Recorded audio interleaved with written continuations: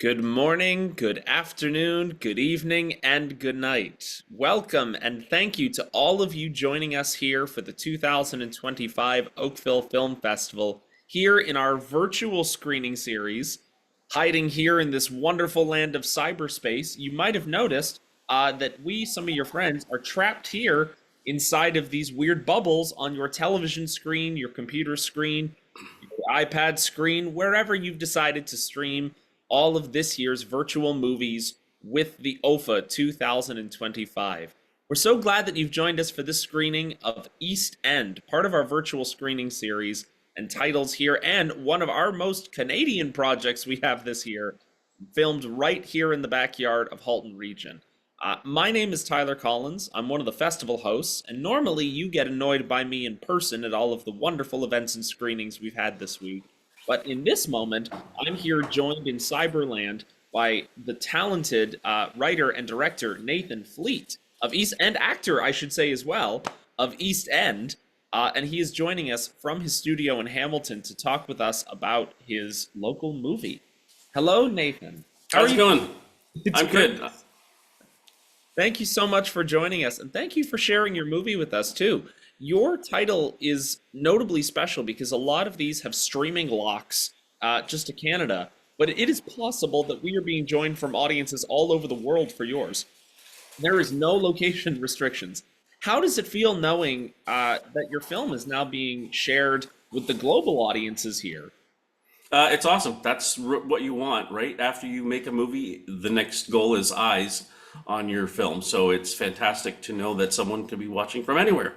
And I'm glad that they decided to spend their, 90 minutes with us. Well, let's see if they'll spend a little bit extra now as we talk about the movie. So the first thing I'm curious, I know there was a select few number of screenings in 2024. Yep. When was the actual premiere of this? How long have you been getting to share this on the film festival circuit now? It was October of last year. We did two screenings, and then we did a third screening in November. And that was at the Playhouse in Hamilton, right? We did. We did.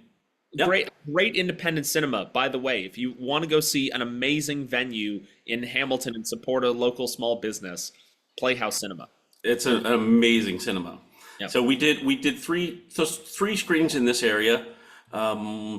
And we sold about 1,000 tickets in total over the three screenings. So we had a lot of people come to see it, and then here we are. This is our next stop, is Oakville Film Festival, which we're really happy to be at. This is only stop number two. Stop number three. Three. Yeah. See? Third time's the charm. Yeah. Where did you first come up with the concept for East End? How did this project begin, and when did you start working on it? This would have been in 2023, maybe around the summer of 2023, I think around the summer, and then that might be wrong. Maybe summer 2022, because I had to apply for funding. So it was a summer at some point, and I was trying to think of a way to make an indie feature where it was very kind of street level, kind of a feeling like, hop out of the van and shoot some scenes, and through the streets of Hamilton. I was thought, okay, well, I'm gonna go back to my childhood and go back to the East End and do something in there. And that's when I started thinking, what would this story be about? And then I started thinking about my childhood, and I started thinking about the father figures that I had at that time, and started thinking, there was alcoholism involved, there was gambling involved, there was crime involved with some of these people. So I thought, what if I took elements of those people and put them all together into one character? And that's kind of how the idea came around. So they're all based on true. That's where the idea of Max was born. Yeah. So I know you say the movie is based on true events. Where on that speedometer, from either complete fiction to complete history, would you say Max lies, along with the gang of the ensemble of East End? How much of this was direct truth, and how much was your creative spin for cinema? I would say maybe 60 true, 40 fiction. And some of the stuff that is fiction is a metaphor for what had happened. So there is still some truth in the fiction, if that makes any sort of sense. But yeah, a lot of it was just directly based on stories that I remember being told, situations that had happened to me or close to me, and I pulled them all together and put them all into Max and the situation surrounding him. How did you decide what were the nuggets to keep? What were the moments specifically that you wanted to bring into the picture? Well, I would say the nuggets. Well, I guess everyone has seen it now. I don't have to worry about spoilers. Everyone has watched it. I knew right away that Max was going to fail at everything. So I have a book that I wrote, and I wrote the word failure before I started actually writing the treatment of the story, so that at every scene, no matter what happened, if I got stuck of what to write, it had to fail somehow. So the movie is ultimately about failure, that he just couldn't succeed at anything. And even though there's the ending where you realize he did win the gambling debt, he actually won, and he could have paid off his debt and saved his life, but he decided to try to get that money to his kid.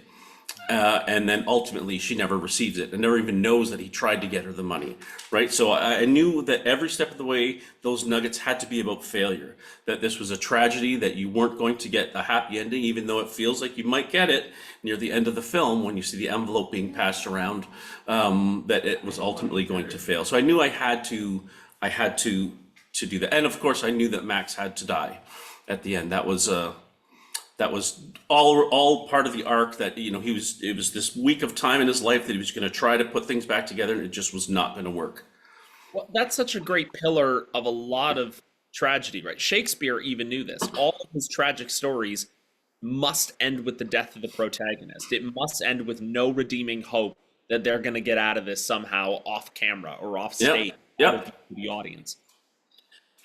There's the genre of drama, but then there's the genre of tragedy, which is a lot Yeah. more severe and frankly rare, especially in movies. What was it about wanting to tell a tragic story that was so important for you? What is the Yeah. message you hope audiences take away from witnessing tragedy in East End? So, so, so first, like I did start off knowing it was going to be tragedy, that there was not going to be a happy ending, because it mirrors my father as well, who died very young at 46, and so I knew that that's where Max was going to end up, because some of these stories are based around my own dad. So I knew that was going to happen. And to do Yeah, beyond that, I don't like, and what do I hope audiences take away from it? What's the message? In a sense, there almost is no message. It's like a slice of life film. But what I didn't realize until after our first few screenings, when all the reviews came in, is that it touched people very deeply. I had a number of people come up and say that this was their life. They said, that was my brother on screen. I completely identify with this movie. And I got one review on a card that said, I'm going to consider sobriety after watching this. So I didn't intend to do that. It was just meant to be, this is a slice of life. And the response I got back from it was overwhelming, how much people related to it and how much they wanted to come up to me and say that, this is the story I lived through. This story is very close to me. And, half the audience was in tears by the end. And I didn't know I was making a tearjerker at all. I thought it was just going to end and people were going to go, whoa. But I had no idea that it was really going to move the audience that way, because they were rooting for Max to win. They were rooting for Harmony to get some kind of closure with her dad, and nobody got that, right? And that's where the real tragedy came from. Now, I remember when we first met about a month ago, when we were at a launch event for the festival talking with some of the filmmakers, and you mentioned to me how a lot of the scenes and action that we see from the actors is improvised, Yeah, and you wanted improv theater to play a role in how the film was shot, how it was captured, how it yeah, was written. It was a lot of liberty given to the actors. And yeah. And I'm curious whether I'm now as the audience is going back and saying, "Oh, is there a way you can differentiate what are those created moments spontaneously and what were the really focused, detailed, planned ones?" Yep. I'm curious to know from you, the director, what was the influence of having this improv action become part of the movie and change the story? Yep. Why was that a technique you used with your ensemble? Well, first, the entire thing was improvised. There was never a script. There was only a treatment. So with each scene, Every single line of dialogue is yep, improvised by the actors. everything. Wow. Yep. There is nothing that was scripted. Yep. It was the directions I gave to the actors was here's where the scene has to start.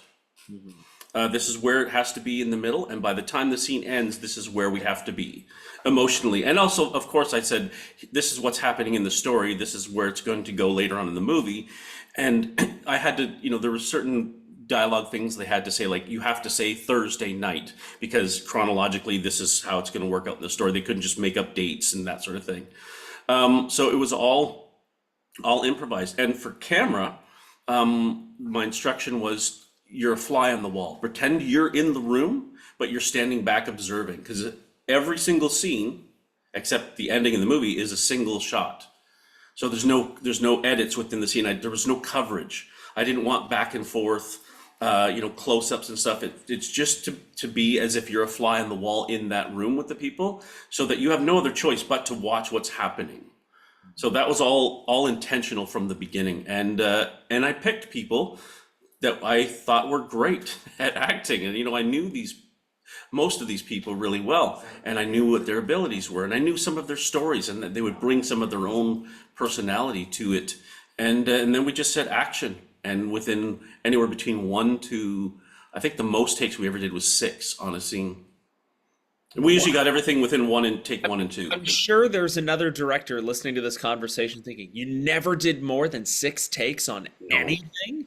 That was being generous. There was maybe only 1 or 2 where we did maybe 5 or 6 takes, but generally it was like take 1 to 3. We usually got it in 1 or 2.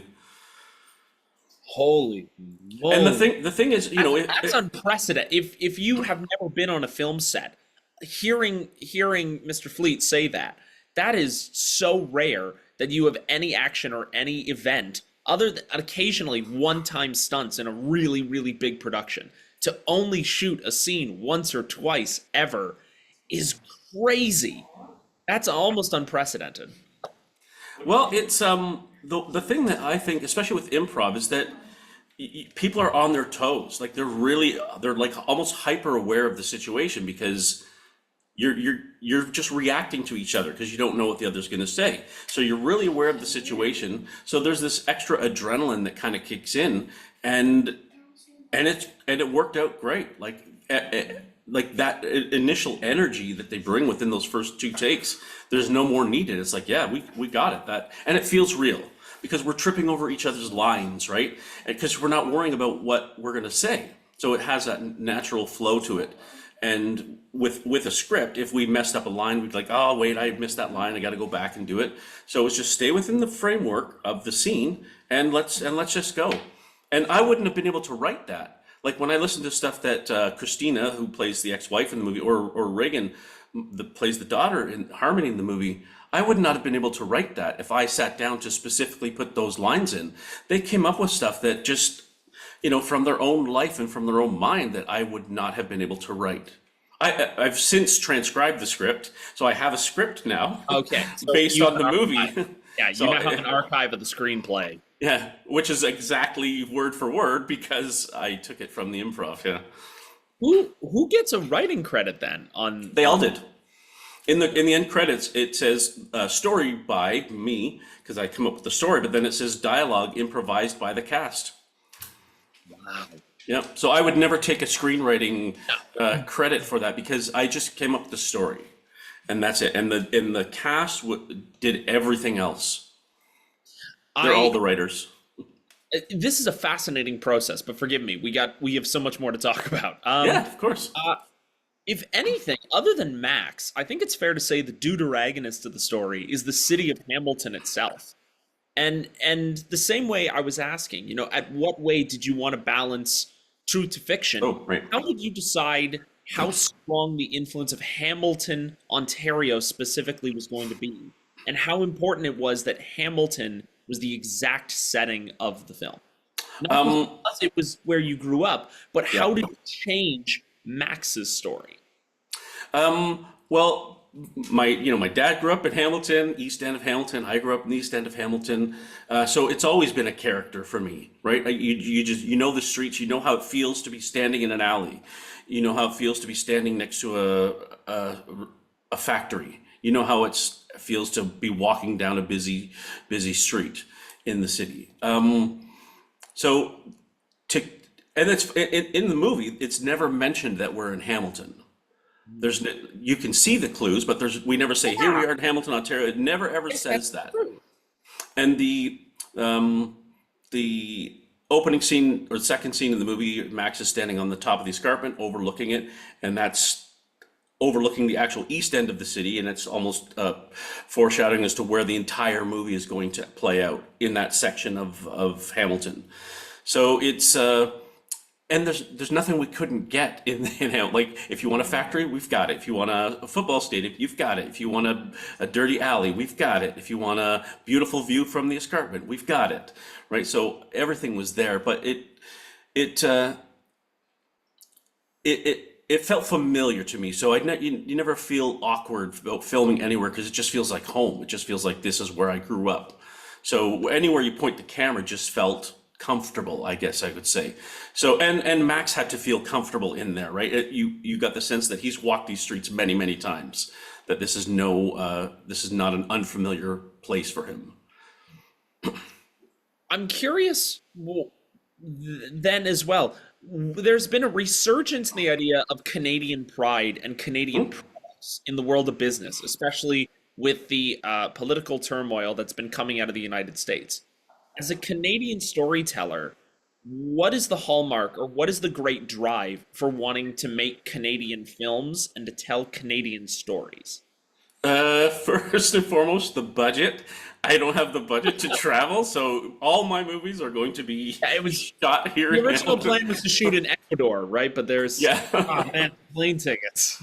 Right? They say write about what you know. So, and that's, I think, to go deeper into that, it's the authenticity, right? If you're going to tell a Canadian story, look at within your own stories, within your own family or within arm's reach of what's going on around you, because then it's authentic, right? That story is unique to Hamilton, but people can identify with it. But I think that's really the way you do it, is just being honest and telling a truthful story within your own experiences, and then that makes it uniquely Canadian simply for that, because was born here, it started here, and the stories came out of these streets.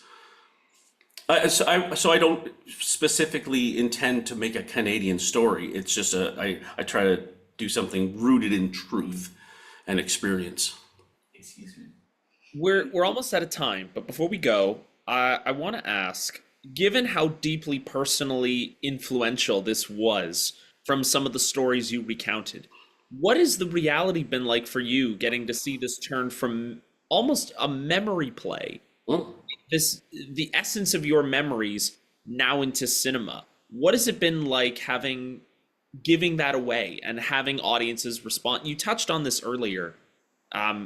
What has it been like getting to see East End go out into the world and have people respond to it? What has that meant yeah. to you personally? Yeah, emotionally it feels great. It's almost like a release in a way.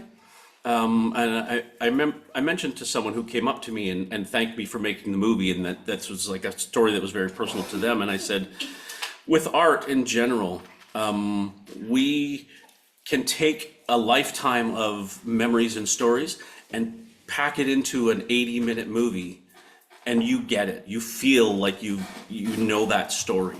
So as artists, I don't think we necessarily have a responsibility to do that. I think we just naturally are able to take things and either put it into a 3-minute song and make it super meaningful, because we are observers of life, and we can take those observations and put them into these films or movies or a poem or a play, and have people say, that's my life on screen. Well, how do you put someone's life into 80 minutes? Well, you give that job to an artist, right? That's how you do that. And they can find ways to make you feel things. So that felt great to be able to, for that people could actually identify with that in such a short period of time. And also, I would say,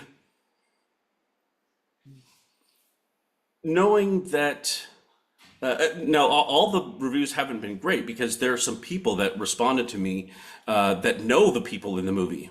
They know who that Max is based on, and they were very angry with me for putting some of these stories out. And my response is just like, well, it's the truth. Like, I'm not lying in this movie. Like, there's no lie here. This is what happened, and maybe you had a great experience with these people, but mine was not. I had a very different experience. So clearly the truth hit some people hard, and they didn't respond very well to it. I'm so curious. How do you continue the relationship with someone upset about the kind of art that you're making? How do you have the fortitude to move past that? There's nothing I can do, right? I'm not going to pull the movie. I'm not going to remake the movie. I can't change somebody's opinion. If somebody had a great opinion on someone, that's their experience. And of course I agree that they may have had that experience with that person and had a positive experience, but this is not their story. This is my point of view, right? So you can't change it. You can't take it away from me. So I just move on, and that's all I can do. As a parting thought for us, if Max, either the character or the real counterpart, got a chance to see East End, what would you hope they would think or feel? Wow, oh boy, that's a great question, because there is one that's still alive, and probably knows that some of the stories are about them as well. I I would hope that they would look at it and realize, oh, I can't believe that I did this. Like, I did mess up. You know, I'm a dad now, right? So I know what it's like to be a good dad. So, you know, when I look back at some of these situations, I'm like, they were not a good dad. They were not good at being a father figure, because I know what it's like to be a good dad. So, how timely we're recording this on the heel of Father's Day. right, absolutely. Fatherhood is such an essence of the late June season, right? And that's Mm, the main motivator, I think, for yeah. Max in almost all of this. Yes. Yeah. Yeah. Yeah. So I would hope they would look at it and reflect. I wouldn't want them to feel like any serious regret, because you know you can't change the past, but you can change what you do going forward. Right. So I would just hope they take it as a lesson. And you know what? I can't change that, but going forward, I'm going to be a better person. I'm going to do better. I can't change what I did, but I can do better. You know, the great synthesis of tragedy is that it is watched and enjoyed because we, the audience, want to hold out the hope that it just might turn out a little bit better this time. Maybe this is the time it turns out different. And that hope is what gives purpose to tragedy. And if that's not a calling card for Mr. Max, I don't know what is. Please, to all of our audiences, ladies, gentlemen, distinguished viewers of all ages and genders, happy Pride. To all of you joining us who decided to take some of your day to enjoy East End with us, please join me virtually in thanking and applauding for Mr. Nathan Fleet and the entire cast and crew of East End. That is going to conclude today's presentation. Thank you so much for joining us with the virtual series of the Oakville Film Festival. Don't forget, this film is eligible for the People's Choice Award. It is the most important prize that we give out here at the OFA. And if you liked this movie, you'll get a ballot where you can cast your vote sent to the email with which you purchased your ticket to see this film. If you want to join us, we have live in-person events that are continuously going until Monday, June the 23rd, happening live at venues all across Oakville. And of course, all the titles in our virtual series will be available until Monday, June 30th to begin your streaming. And hey, if you liked East End, you have this movie for 48 hours from when you first hit that play button. Watch it again. Have them to party. Invite me over. It might be nice. We'll have some drinks, some popcorn. We'll watch it again. Why not? But regardless of however many titles you are enjoying and joining us for, thank you so much for making the OFA part of your kickoff to the summer. And we hope you enjoy all the other events happening with the festival. Finally, also a quick shout out to our friend Wendy, who's been running tech in the background. We appreciate her help, as always, making these Q&As come to life. Nathan, thank you so much for coming to speak on your movie, and thank you for sharing it with us. Thank you very much. I'm very honored to be screening with you at the Oakville Film Festival. All right. With that, that is going to conclude today's presentation. Be well, everyone, and please drive home safely.